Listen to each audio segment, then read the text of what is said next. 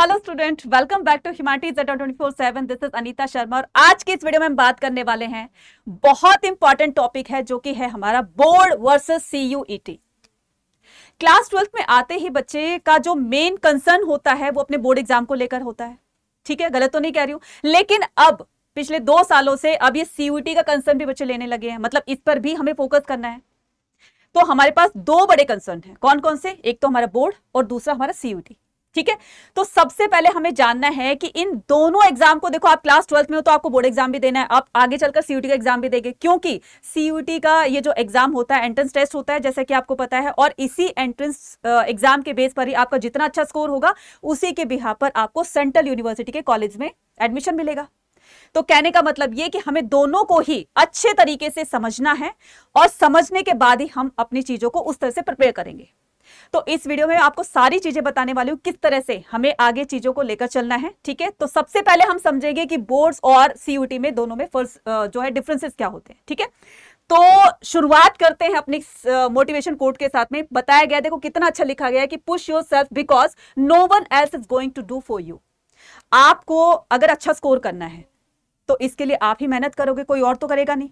ठीक है, आप अपने लिए स्कोर अच्छा करने के लिए आप जो मेहनत कर रहे हैं आप वो किसी और के लिए नहीं कर रहे हो और ना ही कोई और आपके लिए कर रहा है। इसलिए आपको जो भी कुछ अपने आप से करना है उसमें आप ही का फायदा है। इसलिए चीजों को इस तरीके से सोचकर चलिएगा कि मैं ये अपने लिए कर रहा हूं और दी बेस्ट करूंगा।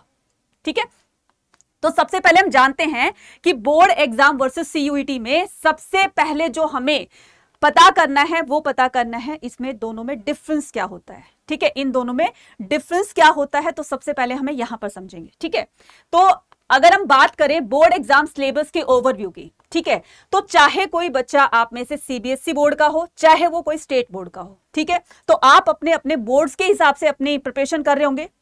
सिलेबस की बात आती है, अगर मैं सीबीएसई की बात करूं जिसमें एनसीईआरटी को फॉलो किया जाता है, ठीक है, अब एनसीईआरटी में कुछ चैप्टर रिमूव्ड कर दिए गए हैं। ठीक है, और जो रिमूव्ड चैप्टर हैं वो आपको आपके बोर्ड एग्जाम में प्रिपेयर नहीं करने, बोर्ड एग्जाम के लिए तो बिल्कुल प्रिपेयर नहीं करने हैं।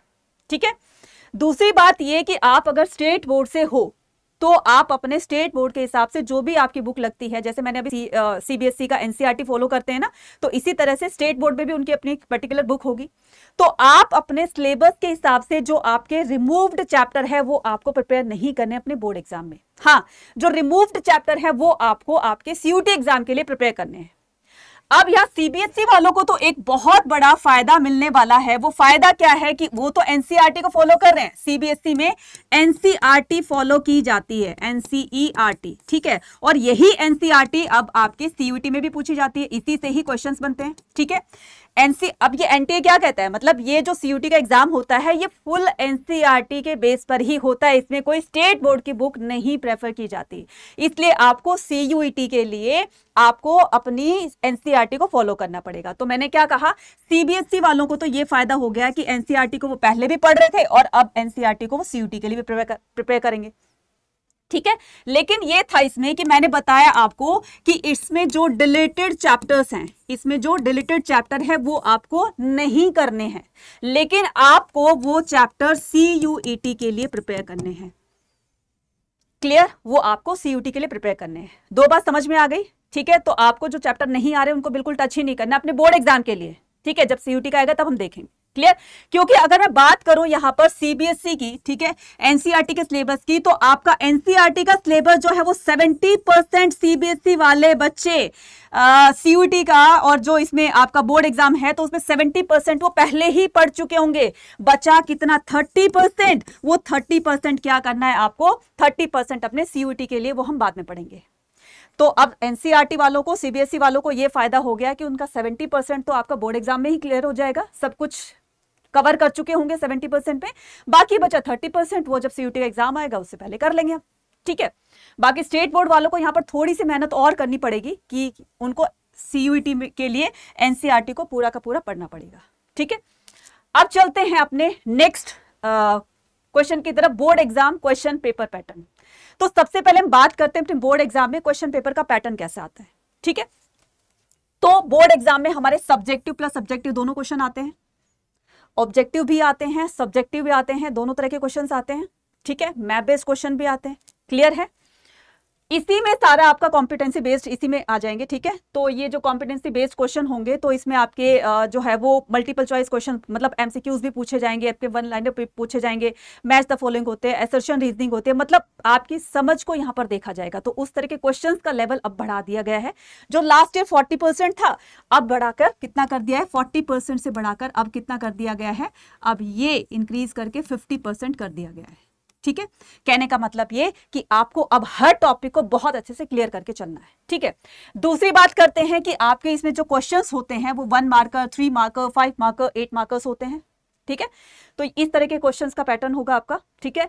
इसमें कोई नेगेटिव मार्किंग होती है, ये तो बहुत अच्छी बात है कि बोर्ड में कोई नेगेटिव मार्किंग नहीं होती है, ठीक है। उसके बाद टोटल कितने मार्क्स का होता है आपका बोर्ड का एग्जाम, 80 मार्क्स का। अगर मैं बात करूं कि इसकी ज्योग्राफी की, तो ज्योग्राफी में 70 टोटल मार्क्स होते हैं, ठीक है। 70 इसलिए होते हैं कि उसमें 30% जो है वो आपके प्रैक्टिकल के मार्क्स होते हैं और 70 जो है वो आपके थ्योरी के होते हैं, ठीक है। ये प्रैक्टिकल है, ये थ्योरी है। बाकी अगर मैं हिस्ट्री, पॉलिटी और इनकी बात करूं, ठीक है, इकोनॉमिक्स वगैरह की, तो उसमें 80 ही करते हैं। उसमें 20% जो है वो 20 मार्क्स की आपकी इंटरनल असेसमेंट होती है, मतलब प्रैक्टिकल होते हैं, उसमें आपके 20 मार्क्स दिए जाते हैं। यही पैटर्न है, ठीक है। उसके बाद आपको उसमें टाइमिंग दी जाती है 3 आवर्स की। 3 आवर्स में आपको पूरा क्वेश्चन पेपर जो है अटेम्प्ट करना होता है, ठीक है। और इसके लिए आपको एक बहुत अच्छी सी प्रिपरेशन करके जानी होगी, तब जाकर आप पूरी तरह से चीजों को कर पाएंगे, ठीक है। अब चलते हैं अपने नेक्स्ट टॉपिक पर। तो अब हम सीयूईटी का सिलेबस ओवरव्यू कर रहे हैं कि हम सीयूईटी का सिलेबस में क्या कर रहे हैं। जैसे कि मैंने पहले बताया कि सीयूईटी में आपको पूरा का पूरा क्लास 12 की एनसीईआरटी फॉलो करनी है, ठीक है। स्टेट बोर्ड वालों जरा ध्यान से सुन लो, ठीक है। स्टेट बोर्ड वालों के लिए एनसीईआरटी ही फॉलो यहाँ पर करवाई जाएगी, तो उनको थोड़ी सी मेहनत यहाँ पर ज्यादा करनी पड़ेगी, क्योंकि उन्होंने तो स्टेट बोर्ड, देखो ज्यादा डिफरेंस नहीं होता है, कभी ये सोचो कि बिल्कुल ही डिफर है, ठीक है।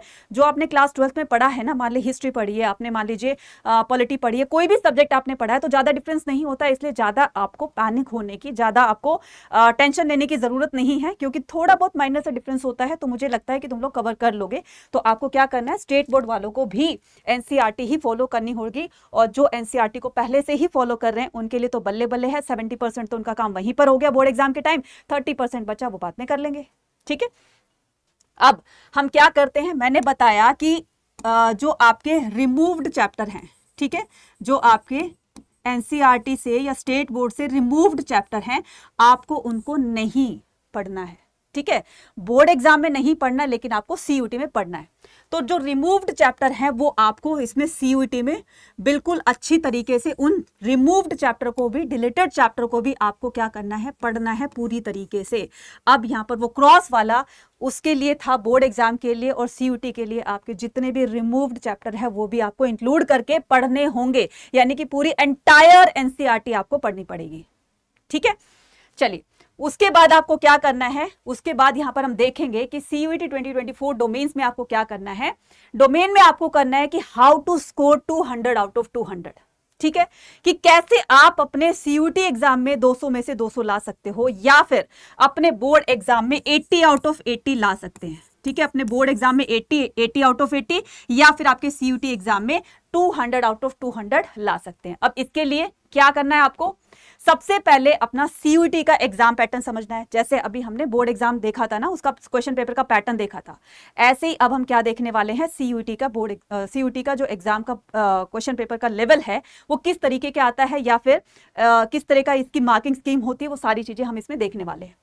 तो इसमें टोटल अगर मैं डोमेन्स की बात करूं, जैसे हिस्ट्री की बात करूं, जैसे पॉलिटी की बात करूं, ज्योग्राफी की बात करूं, या आप साइंस से हो या कॉमर्स से हो, ठीक है, तो उनके लिए क्या होता है, अलग अलग, जैसे कुछ एक सब्जेक्ट के लिए जो है क्वेश्चन थोड़े से ऊपर नीचे हो जाते हैं कि टोटल नंबर ऑफ क्वेश्चन इतने होते हैं, इतने अटेम्प्ट करने होते हैं, ठीक है। अब जैसे मैं हिस्ट्री पॉलिटी की बात करूं तो वहां पर 50 क्वेश्चन दिए जाते हैं, जिसमें से आपको 40 अटेम्प्ट करने होते हैं, ठीक है। उसके बाद हर क्वेश्चन कैरी करेगा आपका 5 मार्क्स, यानी कि एक सही क्वेश्चन आपको 5 मार्क्स दिलाता है, ठीक है। उसके बाद इसमें नेगेटिव मार्किंग होती है। ये बड़े दुख की बात है ना, कि आपने अगर गलती से तुक्का भी लगा दिया ना और वो तुक्का गलत हो गया, तो आपके 5 नंबर तो यहां से कटेंगे, मतलब आपने उसका आंसर गलत दिया, और एक इसमें ऐड हो जाएगा, यानी कि आपके जो है वो 6 नंबर तो गए। क्लियर। तो अब फिर आगे क्या करना है, टोटल ये 200 मार्क्स का होता है, ठीक है, ये 200 मार्क्स का होता है। उसके बाद आपको टाइम लिमिट दी जाती है, वो भी 45 मिनट्स, जिसमें उसमें कितना था बोर्ड एग्जाम में, 3 घंटे दिए गए थे ना, 3 आवर्स दिए गए थे, इसमें आपको सिर्फ 45 मिनट्स दी जाएंगे, ठीक है। और 45 मिनट्स में आपको 40 क्वेश्चंस अटेम्प्ट करने हैं। क्लियर? अब इससे क्या होगा, इससे ये होगा कि अगर आपने गलती से तुक्का लगाया तो नंबर कट गए, ठीक है। सही कब करोगे, जब आप अपने टॉपिक को एक सही तरीके से समझ कर जाएंगे, ठीक है। हर चैप्टर के हर टॉपिक को बहुत अच्छे से समझ कर जाएंगे, चाहे वो क्वेश्चन फिर कहीं से भी आ जाए तो आप उस पर एक अपनी समझ लगा सकते हैं और उस समझ के बेस पर आप अपने क्वेश्चन का आंसर ठीक दे सकते हैं, ठीक है। ये हो गया हमारा सीयूईटी का एग्जाम पैटर्न, राइट। अब दोनों में हम डिफरेंस क्या समझेंगे कि देखो यहां पर हम बोर्ड एग्जाम में क्या करते हैं, ये सबसे बड़ा मेजर डिफरेंस है दोनों में। क्या कि बोर्ड एग्जाम में क्या करते हैं हम, सब्जेक्टिव क्वेश्चंस में हम रिकॉल करते हैं चीजों को, ठीक है। सब्जेक्टिव क्वेश्चन में हम रिकॉल करते हैं चीजों को। जैसे अगर मैं बात लेकर चलूं, एक छोटा सा कोई भी की पॉइंट आपने पकड़ लिया, आपका एक सब्जेक्टिव क्वेश्चन आ रहे हैं कि write a short note about the Mahabharata, ठीक है। महाभारत पर आपको एक शॉर्ट नोट लिखना है, ठीक है। तो वो शॉर्ट नोट आपने की पॉइंट पकड़ लिया उसमें महाभारत में। अब क्या करोगे, महाभारत के बारे में आपको कुछ भी आ रहा है, XYZ आपने जितना पढ़ा है और आप उसको रिकॉल करने की कोशिश कर रहे हो, रिकॉल करके आप अपने क्वेश्चंस को फ्रेम कर सकते हैं, ठीक है। तो ये तो हो गए सब्जेक्टिव क्वेश्चंस की स्ट्रेटजीज, और यही चीजें आपको आपके आंसर्स के जो है अच्छे लिखने की वजह से आपको मार्क्स दिलाएगी। क्लियर है? अब ये जो रिकॉलिंग वाला मेथड है ये आपका होना चाहिए सुपर्ब होना चाहिए, मतलब इतना अच्छा होना चाहिए कि आप रिकॉल करो, सारी चीजें मूवी की तरह आपके दिमाग में चलने लगे और फिर आप क्वेश्चंस को बहुत अच्छे से फ्रेम कर सकते हो, बहुत अच्छे से प्रेजेंट कर सकते हो, जिससे एग्जामिनर को लगेगा कि हाँ भाई बच्चे ने बहुत अच्छा लिखा है। लेकिन ये सारी चीजें कब पॉसिबल होंगी, जब आपको आपके टॉपिक पर एक अच्छी कमांड होगी, ठीक है। अब थोड़ा सा रिकॉल करना पड़ेगा ना, लेकिन यहां पर हम क्या देखते हैं, एमसीक्यूज में आपको कोई क्वेश्चन दे दिया जाता है, उसके 4 ऑप्शंस दे दिए जाते हैं, ठीक है। अब उस 4 ऑप्शन में से ही आपको टिक करना है, बाकी इसमें रिकॉल वाला सिस्टम यहां पर नहीं कि सब्जेक्टिव की तरह आपने उसको फ्रेम कर दिया। सब्जेक्टिव में फ्रेम करने से यह होता है कि आपको उसमें मार्क्स तो मिल जाते हैं ना, लेकिन इसमें अगर आपने एक क्वेश्चन गलत कर दिया, एक जो है वो गलती से आपने टिक कर दिया, ठीक है, और उसको डन कर दिया, तो इसका मतलब ये क्वेश्चन तो पूरा गलत हो गया ना, लेकिन इसमें आपको मार्क्स मिल जाएंगे क्योंकि आपने उसको फ्रेम कर लिया, ठीक है। महाभारत से रिलेटेड आपने कुछ भी लिखा या कॉन्स्टिट्यूशन पर ही क्वेश्चन आ गया कि कॉन्स्टिट्यूशन पर आपको एक शॉर्ट नोट लिखना है, फिर कॉन्स्टिट्यूशन से रिलेटेड जितनी भी बातें आपको याद है आप उसमें कम से कम क्वेश्चन के सब्जेक्टिव क्वेश्चंस में लिख तो दोगे ना, मार्क्स तो मिल जाएंगे ना। लेकिन इसमें ये चीजें नहीं होते जो आपके सीयूटी में सिर्फ और सिर्फ एमसीक्यू बेस्ड क्वेश्चन पूछे जाएंगे। गलत तो गलत, सही तो सही, ठीक है। गलत हुए तो मार्क्स कट गए, सही हुए तो मार्क्स मिल गए, लेकिन आपको सब्जेक्टिव क्वेश्चंस में मार्क्स मिलेंगे। अब बारी आती है कि टाइम की, ठीक है। अभी आपके पास 6 to 7 मंथ है बोर्ड एग्जाम के लिए, ठीक है। अगर मैं यहां पर करूं कि बोर्ड एग्जाम के लिए अभी आपके पास 6 से 7 महीने हैं, ठीक है, 6 to 7 मंथ्स है, ठीक है। तो अब क्या कर सकते हो अभी ही, जिसमें आपका 70% सिलेबस कवर हो जाएगा, ठीक है। तो आप अभी से अपने ये 6 से 7 महीने जो आपके पास है, तो अभी ये 70% आप अपने सिलेबस को कवर कर सकते हैं। और ये कवर कैसे करोगे, जब आप अपनी एक कंसिस्टेंसी बनाकर रखोगे कि मुझे डेली इतना पढ़ना है, तब जाकर आप अपने बोर्ड एग्जाम में टॉप कर सकते हो, अपने स्कूल में, अपनी क्लास में। और ऐसा भी हो सकता है कि आप में से बहुत सारे स्टेट टॉपर भी बने, डिस्ट्रिक्ट टॉपर बने, ठीक है ना। तो अब ये वही बच्चा कर सकता है जो कि अभी से स्ट्रैटेजी बना लेगा कि मुझे अभी से पढ़ना शुरू कर देना, मैं बाद का इंतजार नहीं करूंगा। तो सोचने से कहां मिलते हैं तमन्नाओं के शहर, चलने के लिए जिद भी जरूरी है मंजिल को पाने के लिए। तो अभी से जो तुमने सोचा है ना, अभी से उसमें लग जाओ करने के लिए, क्योंकि 70% 80% आपका ये कवर हो चुका होगा सिलेबस। इसीलिए अपनी स्ट्रेटेजीज को इस तरीके से बनाइए कि हमें बाद में प्रॉब्लम ना हो, ठीक है। तो बच्चा 30%, जब हमारा सीयूटी का एग्जाम आएगा तो हम 30% को भी क्या कर लेंगे, कवर कर लेंगे, जिसमें कि आपका अप्रैल में एग्जाम खत्म होगा, ठीक है। अप्रैल में आपका एग्जाम ओवर हो जाएगा, ठीक है। और मई में, इस बार मई 2024 में आपका सीयूईटी का एग्जाम होने के चांसेस है। यानी कि टाइम किसमें ज्यादा है, 6 to 7 मंथ बोर्ड एग्जाम में ज्यादा है ना, लेकिन आपके सीयूटी में सिर्फ और सिर्फ आपका 1 मंथ ही आपके पास रहेगा। इस 1 मंथ में ही आपको अपना ये 30% सिलेबस कवर करना है ना। तो अभी आपके पास टाइम है ना, तो पहले अपना बोर्ड एग्जाम, क्योंकि ये आपका सेकेंडरी एग्जाम है, ठीक है, सेकेंडरी एग्जाम समझते हो ना, और CUET एक एंट्रेंस एग्जाम है। इस एंट्रेंस एग्जाम को जब तुम क्लियर करोगे तभी जाकर आप सेंट्रल यूनिवर्सिटी के कॉलेज में एडमिशन ले पाओगे। तो आपको अभी फोकस किस पर करना है? बोर्ड पर, क्योंकि अगर आपने बोर्ड कर लिया तो इसका मतलब आपने 70% CUET को भी क्लियर कर लिया, क्योंकि हम यहां पर 70% बोर्ड एग्जाम में अपना क्लियर कर चुके हैं, सिलेबस कवर कर चुके हैं ना। तो भाई बोर्ड पहले है, CUET बाद में है, इसलिए पहले अपने बोर्ड को पहले तैयार कीजिए, उसके बाद हम CUET में बाकी जो 30% थोड़ा सा बचा उसमें हम बहुत अच्छे से फोकस कर लेंगे बाद में। क्लियर है? तो बोर्ड कर लिया आपने, इसका मतलब आपने CUET भी कर लिया। क्लियर? सारी चीजें क्लियर हो गई। तो अब इस बोर्ड एग्जाम में टॉप करने के लिए जो आपने ये 70% वाली स्ट्रेटजीज को जो फॉलो करोगे ना, वो कैसे करोगे? डेली आपको एक टाइम टेबल बनाना पड़ेगा, उस टाइम टेबल के हिसाब से आपको चलना पड़ेगा, तब जाकर के आपको ये 6 से 7 महीने में एक अच्छी तैयारी करके जाओगे। अब जब ये UPSC की तैयारी करते हैं, ठीक है, अब ये क्या करते हैं, अब एक साल में तो जो है फर्स्ट अटेम्प्ट में तो निकलता नहीं है, क्योंकि इसके लिए प्रिपरेशन करनी पड़ती है और बहुत ज्यादा करनी पड़ती है। बच्चे जो है वो कैंडिडेट 17 से 18 घंटे, 22 घंटे, 20 घंटे पढ़ते हैं, फिर भी फर्स्ट अटेम्प्ट में बहुत ही रेयर होते हैं जिनका क्लियर होता है। तो अभी आपके बोर्ड एग्जाम के लिए 6 से 7 घंटे है ना, तो सॉरी मंथ्स है ना, तो उसके लिए क्या करोगे, 6 to 7 मंथ में अपनी इतनी अच्छी से प्रिपरेशन करो कि यार बोर्ड एग्जाम तो क्या, आपका CUET एग्जाम भी क्लियर हो जाएगा। अगर आपने बोर्ड एग्जाम में अपनी अच्छी स्ट्रेटेजी बना ली, अच्छी प्रिपरेशन कर ली, तो CUET वैसे ही निकल जाएगा। ठीक है, क्लियर है? और इन्हीं सब प्रॉब्लम का सोल्यूशन करने के लिए हम आपके लिए लेकर आए हैं हमारा ये स्पार्क बैच। ठीक है, और स्पार्क बैच में तुम एनरोल करोगे तो एक कंसिस्टेंसी बनी होगी, और उस पर मैक्सिमम डिस्काउंट पाने के लिए आप कूपन कोड यूज कर सकते हो Y489। अब ये स्पार्क बैच में आपको क्या क्या मिलने वाला है, ठीक है, ये मैं आपको बताने वाली हूं। ठीक है, अब जितनी भी मैंने स्ट्रेटेजीज बताई हैं, ये सारी स्ट्रेटेजीज हम इसमें फॉलो करने वाले हैं। ठीक है, तो आपको क्या करना है, सीधे जाना है आपको गूगल पर, टाइप करना है आपको अड्डा 24/7, यहां पर फर्स्ट ऑप्शन पे क्लिक करना है। जैसे आप फर्स्ट ऑप्शन पे क्लिक करेंगे तो यहां पर आएगा आपके पास ऑल कोर्सेज पर, तो ऑल कोर्सेज पर स्कूल K-12 पर आप क्लिक करेंगे, क्लास 12 पर, बोर्ड एग्जाम पर। ठीक है, बोर्ड क्लास 12। ठीक है, तो आप क्या करेंगे, अपने आर्ट्स के, कॉमर्स के, साइंस के जो भी स्टूडेंट है आप उनको भी जाकर बता सकते हो कि इनमें से जो भी स्ट्रीम के बच्चे हैं वो अपनी स्ट्रीम के अकॉर्डिंग चूज कर लें। उसके बाद यहां पर देखिए कितने का कोर्स है ये, 2549 का।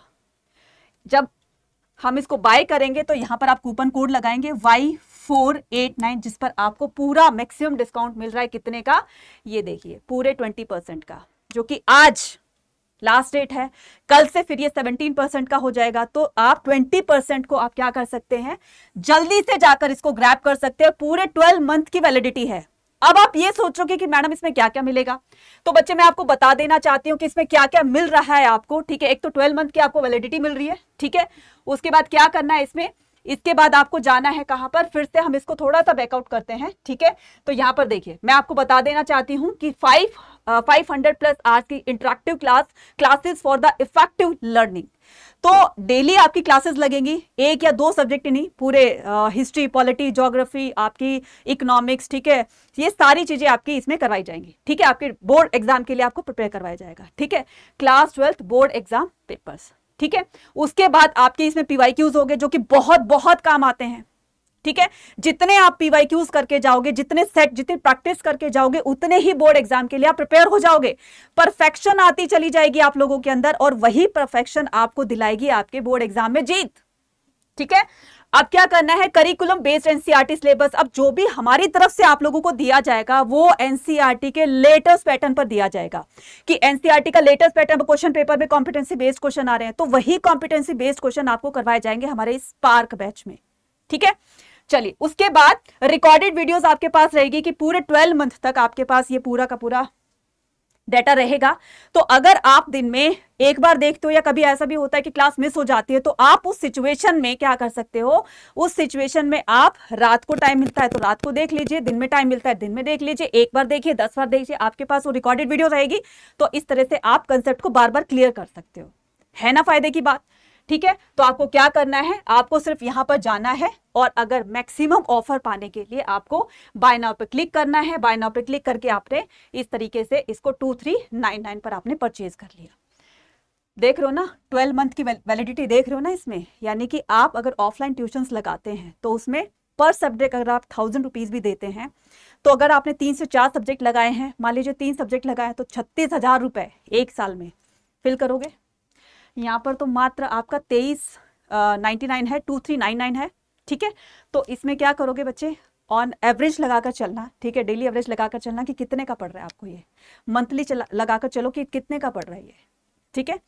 तो इसमें तेरा घाटा मेरा कुछ नहीं जाता, हमने आपको वो रास्ता दिखा दिया है, चलना आपको है, रास्ते पर आगे हम खड़े मिलेंगे जहां पर हम आपको आपके जो है बोर्ड एग्जाम में टॉप जो मंजिल है वो आपको दिलाकर रहेंगे।